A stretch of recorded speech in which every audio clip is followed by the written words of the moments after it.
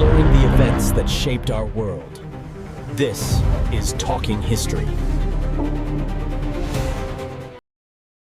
Well, everybody, welcome back to my channel, and welcome back to the latest episode of Talking History. And if you haven't done so already, please don't forget to like, comment, share, and subscribe and everything like that. This video is available as always on YouTube, but it's also available on Spotify and Amazon Music as a podcast. Just search The Uncharted Past and all our episodes are there. But yeah, folks, today, unfortunately, we don't have a special guest because it's yours truly. He'll be doing the talk. It'll be a bit on my research. I've done this topic at a conference and also a talk at Queen's as well recently, so it may be familiar to a lot of people, but for anybody who hasn't seen it, I thought I would do a video because I have been receiving comments, stuff like, sorry I couldn't be there, I would love to hear about it, stuff. So I thought I might as well make it into a podcast, you know what I mean, because I haven't really did one myself. But yeah, if there's any historians, any scholars of any other discipline out there, say of any field, if you have a history tale to tell, just get in touch and I'll get you on. But yeah, folks, without any further ado, I'll get into my topic. And as you can see here, it's titled The Tory Titanic, Civil Society's Opposition to the Poll Tax. Well, it's really going to be about, folks, about how a tax or policy that was designed to promote civic responsibility instead mobilised civic society against Thatcher. In essence, it is a story about how charities, churches, and unions, alongside political parties and anti-poll tax movements, helped to sink her so-called flagship policy, the community charge, more commonly known as the poll tax, which many have argued became the Tory Titanic and helped sink the Iron Lady. Hence the little funny image on the side here. And as I said in a conference recently, I was tempted to include the Celine Dion song, My Heart Will Go On. Do you know what I mean? But as I said there as well, I think it's just a bit inappropriate to include Heart with Thatcher for various reasons. So yeah, I'll just left it out. But yeah, that is what the talk's going to be about today, folks. In regards to like just briefly outline what we're going to talk about, therefore, I'll begin by briefly explaining what the poll tax actually was and why it was so controversial, before sketching the key reasons for its collapse. I'll then briefly turn to the main research forms of resistance, which are political opposition and the anti-poll tax movement, before moving on to the real heart of my talk, which is civil society's role in bringing down the tax, whereby I will focus on charitable resistance, church resistance, and union resistance to Thatcher's flagship reform. And hopefully by the end of this, I will have shown how these strands combined to help bring down Thatcher's poll tax. Well, firstly, as it just says, let me begin by providing a very brief outline of what the poll tax actually was and why it was proved so toxic for anybody who doesn't know about it. Well, Thatcher's poll tax appeared in January 1986 in the Green Paper Paying for Local Government under the official title, The Community Charge. It was designed as a universal flat rate levy, initially estimated to be around £150 to £200, which would be payable by almost every adult in Britain, except for Northern Ireland, regardless of income or ability to pay. Ministers, policymakers, and even Thatcher herself claimed that this policy would restore accountability within local government finance by ensuring that every adult contributed to the cost of local services, such as bin waste and stuff like that, and not just property owners. In practice, this meant, therefore, that a family of four, for example, with four adults living in their house, would now pay four separate bills instead of just one, showing how radical the new measure would be. The policy grew out of the long-standing issue with rates, domestic rates in particular, the centuries-old difficulty of funding local government fairly. Indeed, it must be noted that this was not Britain's first attempt at a poll tax. The first came between 1377 and 1380, where it actually famously helped trigger the 1381 Peasants' Revolt, which was the largest public uprising of the Middle Ages. While it's the second attempt, which was a bonded poll tax, not a flat rate levy, was implemented by King Charles in the 17th century to fund the army against Irish and Scottish uprisings. But again, this also failed because of low uptake and resistance to its introduction. Therefore, given this context, there was a clear reminder that flat rate taxes have historically proven to be politically combustible in England or Britain. Despite these reminders, though, the idea of a poll tax again resurfaced during the 1970s, and under Thatcher, poll tax plans were actually pitched to her via the Monday Club in 1976 to solve the so-called rates riddle. First attempt to possibly introduce the tax was made in 1981 via the Green Paper Alternative to Domestic Rates, but the measure largely received negative feedback and was eventually shelved, with Thatcher's government at this time instead favouring rate capping and tweaks to the existing system as their pathway forward. But by 1984, however, officials were once again admitting that the rate system was falling to bits and effectively needed replacing. Following this, therefore, a task force was set up by Patrick Jenkin, who was then Secretary of State for the Environment, alongside Thatcher, to tackle the issue once and for all. It included the likes of junior ministers William Waldegrave and Kenneth Baker, who you can see in this image alongside Thatcher, as well as Victor Rothschild, who was a wealthy advisor to Thatcher, and the task force was charged to look at many proposals.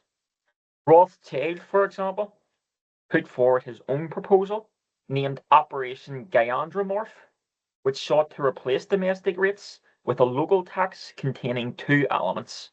One, a property element calculated by floor space, and two, a people element calculated by reference to the number of declared adults in each dwelling. Nevertheless, despite looking at various avenues, the group and task force eventually concluded come early 1985 that only a universal per capita levy, called a residence charge, in other words a poll tax, would solve the problem, a measure that was particularly supported by Waldegrave, who was pushing the proposal to prove he was not a wet to Thatcher, despite even his own father warning him that a poll tax would never work. Nonetheless, by early 1985, the only thing left to be done regarding a poll tax was for a window of opportunity to appear, for the measure to be put forward, to be pushed in replace of the rates. And crucially, this opportunity to push the poll tax forward onto the agenda came in 1985 via the Scottish rates re-evaluation, which pushed rate bills in Scotland for property owners up by 24% on average, and by as much as 70% in Perth and Kinross, with the crisis causing a political storm for the Conservatives, who were facing a political backlash. Seizing the moment, therefore, Oliver Letwin of the Number 10 Policy Unit in May 1985 urged Thatcher to support and adopt the new per capita levy pitched by the task force, arguing that Scotland could act as a trailblazer for the policy for both England and indeed Wales. Consequently, therefore, between 1986 and 1988, Nicholas Ridley's Department for the Environment pushed the policy through with speed. The Green Paper, as I said, appeared in 1986, The White Paper eventually came in 1987, and the legislation actually received its royal assent in July 1988. And by this stage, therefore, it was official. The community charge would begin in Scotland in April 1989, in England and Wales a year later, with Thatcher hailing it as her flagship policy of her third term. Yet, almost immediately, however, it was evident that the policy contained the seeds of its own destruction. Firstly, it produced a vast pool of losers. Large and multi-adult households, ethnic minority families, benefit claimants, and residents of poorer or lower rated households, for example, faced punishing raises. In Hackney, for example, a 4-adult household saw its bills jump from £765 to £2,964, with average increases actually well in excess of £400 in this area. In inner London, moreover, 92% of all ethnic minority families were expected to pay an additional £759 per year.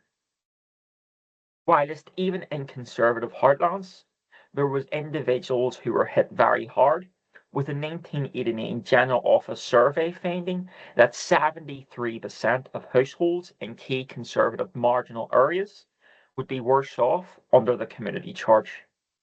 This led to major accusations that the new policy was regressive, with Patricia Morgan calling it one of the most anti-family measures anyone could devise, and many historians have since agreed. Secondly, another major issue was that the charge produced administrative chaos. A government commission report in 1988, for instance, found that the system would cost £435 million a year to administer, which was more than double the rates, and would actually require 15,000 extra staff to implement it. Local councils, moreover, faced millions of new individual accounts, highly mobile populations, and escalating non-payment cases. In fact, by early 1990, over 1 million summonses had already been issued in Scotland alone, which overwhelmed magistrate courts and indeed bailiffs. Thus, from an administrative and enforcement standpoint, the policy was almost unworkable from the very start. And thirdly, probably because of these two reasons, public reaction to the initiative, as you would expect, was politically explosive. Anger erupted into mass demonstrations, which culminated in the poll tax riots of the 31st of March 1990, when nearly 200,000 people and protesters filled Trafalgar Square on a fateful day. Over 400 people were injured, and roughly 350 people were arrested, with the demonstration becoming a defining symbol of the policy's collapse in public legitimacy. Consequently, within months, therefore, the system imploded. Thatcher had resigned in November 1990. John Major ordered a full review of the policy and eventually abolished the charge in March 1991 and replaced it with a council tax, which still stands to this very day, in 1993. Thus, all this shows how much of a devastating policy the community charge proved to be, not only for the public, but for Thatcher herself. As E.H.H. Green famously put it, the poll tax became a Tory dream that turned into a nightmare. David Torrance argued it helped catalyse Scottish devolution, whilst Adonis, Butler and Travers called it a textbook case of fiasco policymaking and a failure in British government. Given its significance, therefore, it is no surprise to learn that most of the historiography and literature pertaining to this, including much of my own work, has tended to focus on opposition to the poll tax. To this end, two forms of opposition have been the main focus for much of the research, which I will briefly both look at here. The first of these has been political opposition, which I'll briefly touch upon. Regarding the opposition parties, for example, and regarding the main opposition party, Labour, figures such as Neil Kinnock and Brian Gould, for example, led Labour's parliamentary assault, repeatedly branding the tax unjust, unworkable, and immoral in debates within the Commons. However, throughout Thatcher's third term, and throughout all the terms really, it was obvious that at the upper echelons of Labour, divide between those from the radical left and those more towards the centre, pertaining to whether the party should officially endorse a non-payment campaign and even illegal measures as their official strategy. This split undoubtedly hindered the party during these times and conveyed the image of a party in disarray. Nevertheless, at the lower local government level, the likes of David Blunkett, as you can see in this wee picture here, and also the likes of Jack Straw and Dr. John Cunningham, who was Labour's environmental spokesperson, did play vital roles in helping to expose the regressive effects of the poll tax on low-income households and its disappropriate and disproportionate impact on students and the unemployed. They often organised fun day events to raise awareness about the charge, such as that they organised in Blackheath in September 1988, which commemorated the kicking about of the Archbishop of Canterbury's head in the aftermath of the 1381 Peasants' Revolt. Or more specifically, they also issued and helped issue publications through the local government information unit, to which David was the president. Very briefly as well, moreover, regarding the other parties, the Liberal Democrats, then under Paddy Ashdown, continually pushed for a local income tax as their alternative and regularly condemned the charge as a government by snoopers, given their grievances with the so-called sack snoopers, which was basically people charged with collecting the tax, or even neighbours who were regularly tooting on neighbours who may have more adults living within their household. Regarding the Scottish National Party, moreover, they framed it as evidence as English domination over Scotland and consistently supported non-payment campaigns as their official stance, and were actually the only party to more or less benefit from the poll tax crisis, with their Maury polls showing an increase in people supporting them. However, when it comes to political opposition to the poll tax, arguably the most lethal opposition, however, came from within the Conservative Party themselves. Chancellor Nigel Lawson in 1985, for instance, called the tax politically catastrophic and political suicide. The Mates Amendment of April 1988, moreover, triggered the largest backbench revolt of Thatcher's entire premiership, slashing her majority to just 25, with the likes of Michael Heseltine and especially Ted Heath foremost amongst the rebels.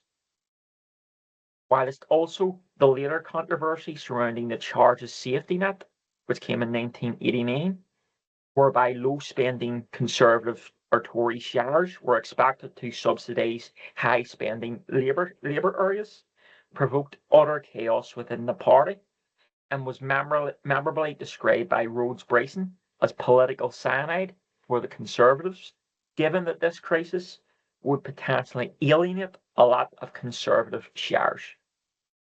Indeed, Thatcher's crushing defeat in the mid-Staffordshire by-election in March 1990 had thus seemingly confirmed the irreparable damage the issue was causing for the Conservatives from an electoral standpoint, showing the chaos within the Conservatives at this time. A lot of the reasons why was because of the poll tax. However, just briefly, I'll also touch upon the other form of opposition that a lot of researchers have focused on, which is the radical activities of the anti-poll tax movement, which is highlighted most notably in a book by Simon Hanna in 2020, which I highly recommend. Groups such as the All Britain Anti-Poll Tax Federation, founded in 1989 and led by Tommy Sheridan, for example, have been the topic of much debate, with scholars interested in how such groups help coordinate with unions, tenants associations, and even student groups in mass campaigns of non-payments to overwhelm courts and to force councils to abandon enforcement in many areas throughout Britain. Their protests have been the topic of a lot of investigation. However, while it cannot be doubted that these dimensions are indeed vitally important when looking at opposition to the poll tax, they often overlook a third, equally decisive force, one that my own research seeks to highlight, which is the opposition of civic society itself, specifically from charities, churches, and trade unions, who help transform this technical policy failure into a moral and political crisis. Henceforth, it is to these factors and to the coalition of conscience they forged that I will now turn. The first civil society group I'll focus on is the voluntary and charitable sector. Throughout the 1980s, but especially during Thatcher's third term, Britain's charities supplied conscience, credibility, and coordination to the growing resistance against the poll tax. Organisations such as Shelter, the National Council for Voluntary Organisations, the National Associations of Citizens in Vicebury, the Low Pay Unit, Community Service Volunteers, the Women's Aid Federation of England, the Scottish Council for Voluntary Organisations, and the London Voluntary Service Council, for example, each played decisive roles in turning what ministers called a technical reform into a broad moral and social indictment. Shelter, for example, warned that the community charge would trigger a wave of evictions as tenants already struggling with rent payments would face a new layer of debt, and even mocked the absurdity of trying to register the homeless for a tax that was based on residence. Similarly, NCVO's director, Usha Prasar, condemned the lack of disability safeguards, while the CSV denounced the policy for taxing altruism itself, whilst Women's Aid exposed that the public register could potentially reveal locations of women in refuge hiding from abusive partners, a campaign that actually forced a 1988 exemption for those deemed to be most at risk. However, when looking at charitable and voluntary opposition, no voluntary organisation during these years was more influential than the Child Poverty Action Group, CPAG, which stood as the strategic centre of voluntary resistance. CPAG fused forensic analysis with moral clarity to expose the community charge not only as an administrative failure, but as a social injustice. Working with the Association of Metropolitan Authorities and the Local Government Information Unit, for instance, CPAG published the landmark report Ability to Pay in February 1988, which showed how the rebate system protected only the very poorest, but still excluded the near poor. One example they gave was that a family earning £121 a week received no help whatsoever, whilst those earning £119, just £2 less, qualified for a full rebate.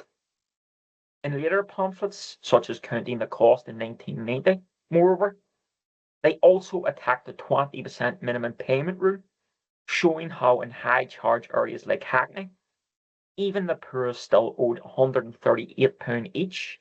Lone parents in Birmingham lost over 13% of disposable income, and single pensioners on £60 a week were still £100 worse off annually. Through such work, therefore, CPAG helped humanise the poll tax's impact, which shifted debate from bureaucracy to justice and from efficiency to morality. Crucially, however, CPAG didn't just analyse, they also helped mobilise. On the 20th of March 1988, they launched the People's Petition Against the Poll Tax, which branded the charge unfair, unworkable, and unacceptable. Supported by Neil Kinnock, David Steele, and the Bishop of Woolwich, the petition spread rapidly through charities, councils, and indeed churches. By July 1988, over 500,000 signatures of the petition were delivered to 10 Downing Street, and by early 1989, the total had exceeded 1 million, with Scottish civic leaders, including Campbell Christie of the STUC and actor Robbie Coltrane, who you'll probably know as Hagrid out of Harry Potter, who brought a further 300,000 Scottish signatures. The petition thus aggregated local grievance into visible national pressure that ministers could no longer dismiss. Recognising that opposition needed structure as well as sentiment, moreover, CPAG also convened the first poll tax forum at Conway Hall in June 1989, which united 32 national organisations, including the British Council of Churches and the Commission for Racial Equality, against the charge. The forum created subcommittees for legal advice, church outreach, and local resistance strategies, issued standardised objection templates, and built a communications network through publications such as Community Charge Watch and Understanding the Poll Tax. Crucially, it also drafted a charter for fair local tax, which was rooted in 5 principles: ability to pay, confidentiality, local democracy, the right to vote, and adequate funding for local needs. Delivered to the Department of the Environment in May 1990, as you can see here in the newspaper picture above, by Fran Bennett of CPAG, Reverend Peter Sutcliffe of the London Council of Churches, and the Bishop of Barking, the charter became both a benchmark and blueprint of action, as it was used at regional conferences, street stalls, and indeed MP lobbying events to sustain pressure on ministers to bring down the poll tax. In short, therefore, the voluntary and charitable sector helped make the poll tax's injustices visible and comprehensible. CPAG gave that injustice strategy and moral language. The People's Petition turned anger into political leverage, and the poll tax forum institutionalized the response, transforming moral outrage into sustained civic power that helped erode the tax's legitimacy and hasten its downfall. Moving on, now that I've detailed the voluntary sector, I'll now turn to religious opposition. Church leaders were highly visible in public campaigns against the community charge. Not only did 3 bishops help bring the People's Petition to 10 Downing Street on the 4th of July 1988, as I said, but others also helped to deliver a further 300,000 Scottish signatures in January 1989. Moreover, via the British Council of Churches, senior clergy took part in the poll tax forum, even at the risk of dossier warnings about using church premises for political purposes. In fact, one of the earliest and most striking examples of this church activism came through the Stop It campaign, launched in Glasgow in October 1987, which was a civic coalition which united the Church of Scotland clergy, trade unionists, and cultural figures under the slogan, "Stop the poll tax before it stops you." Parish halls became meeting points for public debates, and worship spaces hosted rallies and even teach-ins. The campaign even featured a church choir led by entertainer Elaine C. Smith, which you can see in the picture here, which performed anti-poll tax songs to raise funds for both those facing hardship and anti-poll tax movements. Hence, such campaigns place ministers and parish networks at the very heart of civic action, infused moral authority with practical organisation against Thatcher's tax. Beyond supporting these other wider networks, however, religious institutions, particularly during 1987 and 1988, developed 2 other deeper lanes of resistance. The first was economic opposition. Church leaders warned that the poll tax would strip away long-standing rate reliefs and impose new liabilities on clergy, housing, and indeed their religious communities. The Bishop of London, Graham Leonard, for example, Cautioned to Kenneth Baker in May 1987, the costs for the Church of England alone could reach £10 million a year, with total additional burdens across all religious denominations estimated to be around £6 million. The Church of England's General Synod responded to such news by voting 290 to 28 against the measure in July 1987, which was an unusually direct challenge to the government. Furthermore, local cases also gave these warnings human force. St Joseph's Hospice in Hackney, for example, faced an annual raise of £14,000, whilst the Carmelite Monastery in Quiddenham, a silent contemplative order of 25 nuns under vows of poverty with no personal income, saw their bills soar from 1,200 to 4,500. Giving a raise to the memorable phrase, the poll tax was a tax on prayer and care. To resist such measures, however, church leaders mounted sustained pressure on ministers. Foremost amongst them was Cardinal Basil Hume, who was the Archbishop of Westminster, the most senior figure in the Catholic Church in England and Wales at this time, who in November 1987 personally lobbied the government, warning that the charge would unfairly penalise and close religious orders and undermine the Church's work with the poor. Consequently, under such intense pressure, the government made a very rare retreat. In December 1987, it granted full exemption to roughly 5,000 monks and nuns in enclosed religious communities. And though this was a modest exemption in scope, the concession demonstrated the tangible impact that religious economic lobbying and moral leverage from the Church could exert over Thatcher's administration. The second form of religious opposition, however, was theological. Many church leaders reframed the poll tax not merely as a poor policy, but as a breach of Christian justice. In February 1988, for instance, Archbishop John Hobgood warned that the charge exalted individual autonomy while corroding the structured relationships on which communities depend. North of the border, the Church of Scotland's Church and Nation Committee, through its landmark report Just Sharing, which was actually presented to Thatcher on the 21st of May 1988, anchored its opposition in biblical obligations to the poor, serving as a direct theological counterpoint to the Prime Minister's own individualism expressed in her Sermon on the Mount address very recently. Crucially, in June 1989, moreover, Reverend Dr. John Vincent, who was the president of the Methodist Conference, denounced the poll tax as unchristian, claiming it enriched those who already had and deepened the poverty of those who had not. Around the same time, moreover, Aileen Moore, who was a Methodist lay preacher, actually refused her payment in Aberdeen Sheriff Court, declaring that compliance would be equivalent to stealing from the poor. These acts of defiance were especially striking, given that Thatcher's own upbringing was Methodism and seemingly challenged her moral legitimacy directly.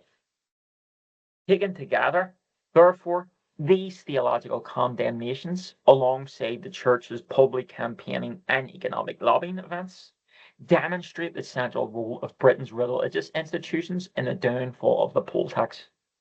They won limited concessions, turned ethics into practical guidance through parish networks, and supplied a coherent moral language of justice, compassion, and duty to neighbour that helped normalise resistance and strip the community charge of any moral authority.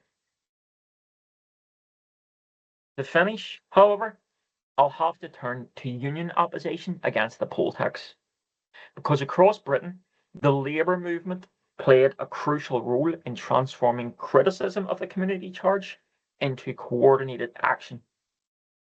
To begin with, for instance, it's essential to note the key role of local anti-poll tax unions, or APTUs for short, who effectively formed the backbone of the popular revolt against the charge during the years 1987 and 1990. These weren't centrally directed organisations, but organic grassroots formations born out of community halls, pubs, and living rooms, for example, that channeled local anger about the tax into collective defence. The first of these was established in Maryhill, Glasgow in April 1987, and by late 1989, more than 1,000 APTUs were active nationwide, and notably, by this stage, were also loosely coordinated through the All Britain Anti-Poll Tax Federation, whom itself were heavily influenced by the radical left-wing militant tendency. Nevertheless, these APTU groups, operating under the slogan "Can't Pay, Won't Pay," helped organise mass public meetings to share information, legal advice, and tactics pertaining to the poll tax, which were often attended by sympathetic councillors and MPs who discreetly helped residents navigate their enforcement. These groups also distributed posters, compiled registers of non-payers, and even ran door-to-door campaigns to build public solidarity. Some groups even went further. In Edinburgh, for example, APTUs set up community patrols, used cars and radios to monitor bailiffs, whilst in Gateshead, a group of women known as the Bailiff Busters physically blocked property seizures from those facing arrears. Altogether, therefore, the APTUs helped turn household defence into organised civic resistance, transforming what might have been isolated anxiety into a visible nationwide campaign that made the poll tax increasingly ungovernable. Alongside the grassroots union movements, however, national unions also provided institutional strength and coordination to the crisis. Public sector unions such as the National and Local Government Officers Association and the National Union of Public Employees, for instance, urged council staff to give only the bare minimum cooperation when asked to administer the poll tax. The Union of Construction, Allied Trades and Technicians, and the Civil and Public Services Association, moreover, warned that the measure effectively turned local councils into debt collectors against their own neighbours, with one council official actually saying in 1989 that I have to choose between doing my job or protecting my neighbour. Other national unions, moreover, escalated their action in specific areas. The Confederation of Health Service Employees, for example, exposed the injustice of forcing student nurses, unlike other students, to pay the full charge, whilst the National Union of Teachers warned that the poll tax would punish children through education cuts, with over 1,200 teachers actually going on strike on the 1st of March 1990 to protest against the 6 million in projected losses. However, the most strategic and consequential union resistance at this time came within Scotland through the Scottish Trade Union Congress, the STUC. Because Scotland received the poll tax a year earlier than the rest of the UK, the STUC recognised that it would be a testing ground for Thatcher's entire experiment. From the outset, therefore, they condemned the levy as fundamentally regressive, socially divisive, and administratively unworkable. In due course, they therefore committed themselves to a determined but lawful campaign of organised obstruction. Councils were advised to give only the minimal legal advice to community charge registration officers, while union branches coordinated the mass return of registration forms that were specifically filled with technical questions and appeals, strictly and deliberately to clog local bureaucracies. But when we look at the STUC, we can clearly see their strategy via two major campaigns. The first came between the 12th and 16th of September 1988, when the STUC led a national week of action against the poll tax. Over 5 days, they helped distribute more than 500,000 window posters, which turned homes, shops, and factories across Scotland into a living referendum of dissent. The week also culminated in the famous 11-minute stoppage, whereby workplaces, buses, and shops across the country paused simultaneously in protest. It was simple, peaceful, and impossible to ignore.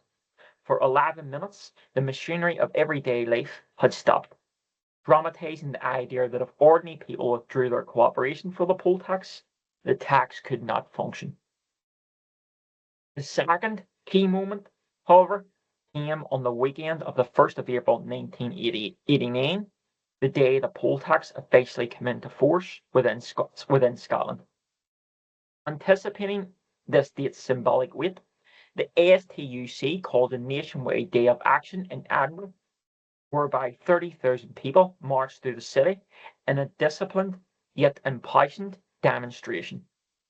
Observers called it a national verdict on the poll tax and was a visible declaration that the tax lacked moral and political consent within Scotland.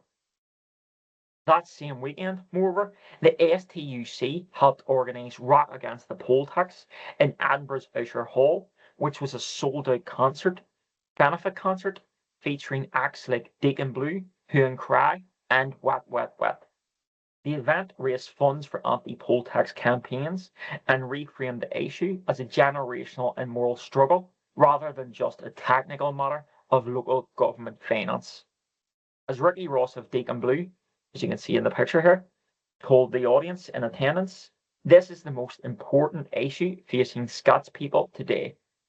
These efforts seemingly mattered because come autumn 1989, roughly 600,000 Scots were refusing to pay the tax, a figure that rose to over 1 million by 1990, illustrating that deeply union-led opposition was penetrating public consciousness.